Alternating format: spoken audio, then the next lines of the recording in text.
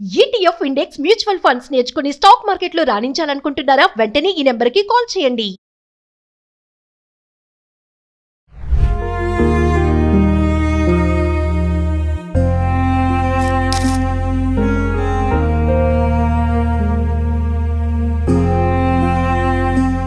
Animal lovers కొంచెం జాగ్రత్తగా ఉండండి. మరి మీ పెంపుడు జంతువుల్ని మీద పెట్టుకోవడం, పక్కన వేసుకోవడము, ఇంకా వాటితో మీరు చాలా ప్రేమగా ఆప్యాయంగా కూడా ఉంటారు కదా, కొంచెం జాగ్రత్తగా ఉండండి.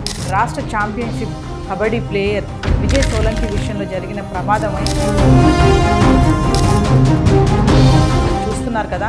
కుక్క కాటుకి చిన్నపాటి నిర్లక్ష్యం వల్ల ర్యాబిస్ వ్యాధి సోకి ఆయన మరణించడం జరిగింది. నమస్తే, welcome back to Suman TV. ప్రస్తుతం మనతో పాటు ఉన్నారు consumers affairs committee chairman Mandari Krishna Reddy గారు. సార్తో మాట్లాడదాం. నమస్తే సార్. నమస్తే అమ్మా.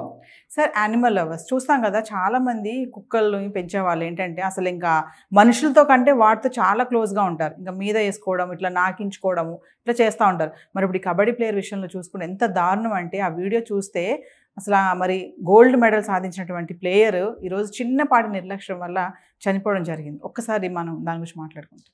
నిజంగా విజయ్ సోలంకి విషయంలో జరిగినటువంటి ఘటన ప్రపంచానికంతా కళ్ళు తెరిపించేటువంటి ఘటనగా చెప్పుకోవచ్చు.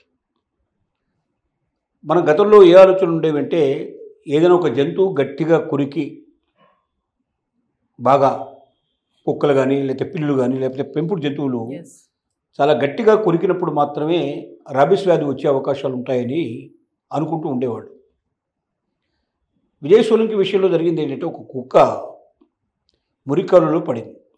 అతను పెద్ద కబడ్డీ ప్లేయర్, మనందరికీ తెలిసిన విషయమే, జాతీయ ఛాంపియన్. మానవతా దృక్పథంతో తనకు సంబంధించిన కుక్క కూడా కాదు, ఎవరి కుక్కో మురికాలులో పడింది. ఆ మురికిలో కూడా దిగి, ఆ మురికిలోంచి దాన్ని బయటికి తీసి దాన్ని జాగ్రత్తగా తుడిచి క్లీన్ చేయించి తర్వాత సరే దానికి సంబంధించిన వాళ్ళు ఎవరికో అప్పచెప్పి ఉంటారు. ఏదో జరిగింది ఇక్కడ పరిస్థితి. కానీ ఈ మధ్యలో జరిగిన విషయం ఏంటంటే, ఆ కుక్క అతని వేలును పట్టుకొని కొంచెం కాటేసినట్టుగా, అది కూడా గట్టిగా కూడా కాదు, మామూలుగా జరిగిపోయినట్టుగా, మామూలుగా అన్ని కుక్కలు ఎలాగైతే పెంపుడు కుక్కలు ఇట్లా పట్టుకున్నప్పుడు చేతిని ఇట్లా ముట్టుకోవడం పట్టుకోవడం ఇట్లా జరిగినట్టుగా జరిగింది. తను దాన్ని పెద్దగా సీరియస్గా తీసుకోలేదు, ఏదో మామూలుగా నోట్లో పెట్టుకుంది అనే పచ్చలోపలే వెళ్ళాడు. కానీ అది ఏమైందంటే రాబిస్ వ్యాధి. ఈ రాబిస్ వ్యాధి కుక్కలు కానీ పెంపుడు జంతువులు ఏమైనా కానీ వాటి వల్ల వచ్చేటువంటి వ్యాధి ఇది. ఈ వ్యాధి అతనికి సోకింది, అతను గమనించలేదు. 24 అవర్స్లో దానికి తగినటువంటి ఇంజెక్షన్స్ తీసుకొని ఉంటే అది ఆటోమేటిక్గా తగ్గిపోయే అవకాశాలు ఉంటాయి. కానీ అది తనకు అసలు అది కరిచినట్టుగా కానీ, దానివల్ల రాబిస్ వ్యాధి వస్తుందని కానీ ఆయనకు అవగాహన లేదు. అందువల్ల మామూలుగానే ఉన్నాడు. కానీ ఒక వారం రోజులు తిరిగే లోపల అతని లోపల భయంకరమైనటువంటి పరిస్థితులు, దేనిని చూస్తే భయపడటం, నీళ్ళని చూస్తే భయపడటం లాంటివి, రకరకాలుగా పలవరింపులు, అతను పిచ్చివాడయ్యేటువంటి పరిస్థితి ఏర్పడింది. చూస్తుండగానే అతనికి ట్రీట్మెంట్ ఇచ్చినా కూడా ఆ తర్వాత ట్రీట్మెంట్ పనికిరాని పరిస్థితి ఏర్పడింది. తర్వాత అతను చనిపోయాడు. అంటే రాబిస్ వ్యాధి ఇంత భయంకరంగా ఉంటుందని అతని నుంచి తెలుసుకునే అవకాశాలు ఏర్పడ్డాయి. గతంలో కూడా సంఘటనలు చాలా ఉన్నాయి. కానీ గట్టిగా కరిచి రక్తం వచ్చేటట్టుగా అయినప్పుడు మాత్రమే డాక్టర్ దగ్గరికి వెళ్ళడం, వెంటనే రాబిస్కి సంబంధించిన ఇంజెక్షన్స్ ఇవ్వడం. అంతకుముందు బొడ్డు చుట్టూ ఇచ్చేవాడు. ఇప్పుడు బొడ్డు చుట్టూ ఇవ్వాల్సిన అవసరం లేకుండా దానికి పద్ధతి కూడా ఏర్పాటు చేశారు. ఇప్పుడు మామూలు ఇంజెక్షన్ రూపంలో ఇచ్చేటువంటి పరిస్థితులు కూడా ఇప్పుడు ఏర్పడ్డాయి.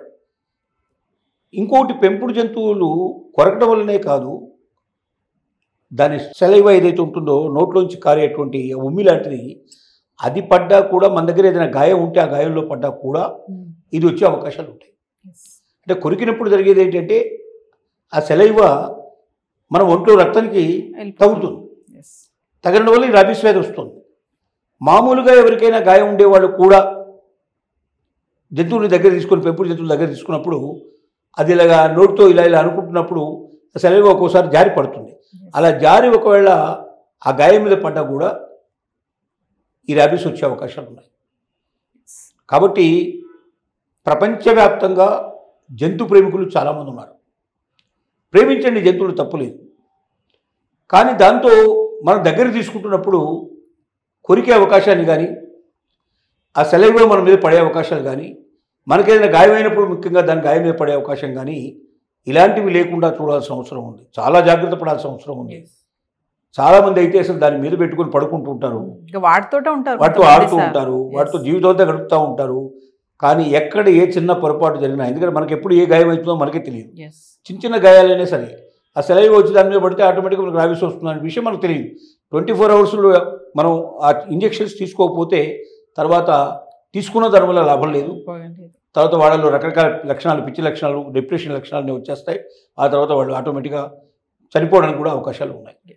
అంటే కోరి మరణాన్ని తెచ్చుకోవడం, ఒక జంతు ప్రేమికుడుగా నా జంతువులు నేను ఆడుకోవడంలో తప్పులేదు, కానీ దానివల్ల మరణం కూడా సంభవిస్తుంది అనే విషయం మనం తెలుసుకోకపోతే ఇంత పెద్ద ప్రమాదానికి కారణమయ్యే పరిస్థితి ఏర్పడుతుంది. కాబట్టి జంతు ప్రేమికులందరూ జాగ్రత్త పడాల్సిందే.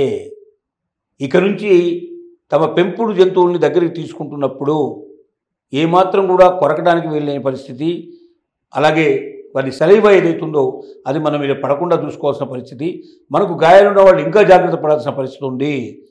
ఈ సంఘటన చాలా లక్షల కోట్ల మందికి కనువిప్పు కలగాలి. ఇంకా భవిష్యత్తులో పెంపుడు జంతువులతో మనం ప్రవర్తించే విధానంలో మార్పు తెచ్చుకోవాలి.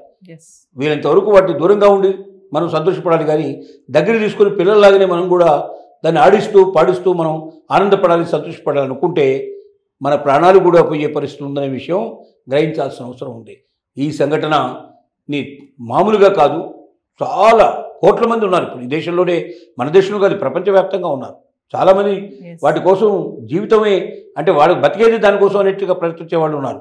అది చనిపోయినప్పుడు మామూలు దానికి కాకుండా అంత్యక్రియలు చాలా గొప్పగా చేసేవాళ్ళు ఉన్నారు. కోట్ల రూపాయలు ఖర్చు పెట్టిన వాళ్ళు ఉన్నారు. అమెరికా లాంటి దేశంలో పెంపుడు కుక్కలకి, పెంపుడు పిల్లలకి కోట్లాది రూపాయలు వాళ్ళు చనిపోయిన తర్వాత వాళ్ళ ఆస్తులు కూడా దానికి దానం చేస్తారు. అంటే ఇంత బాగా జంతు ప్రేమికులు ఉన్నటువంటి ప్రపంచంలో జంతువుల ద్వారా ఇలాంటి ఒక ప్రమాదకరమైన పరిస్థితి ఉందనే విషయాన్ని గ్రహించాల్సిన అవసరం, తెలుసుకోవాల్సిన అవసరం.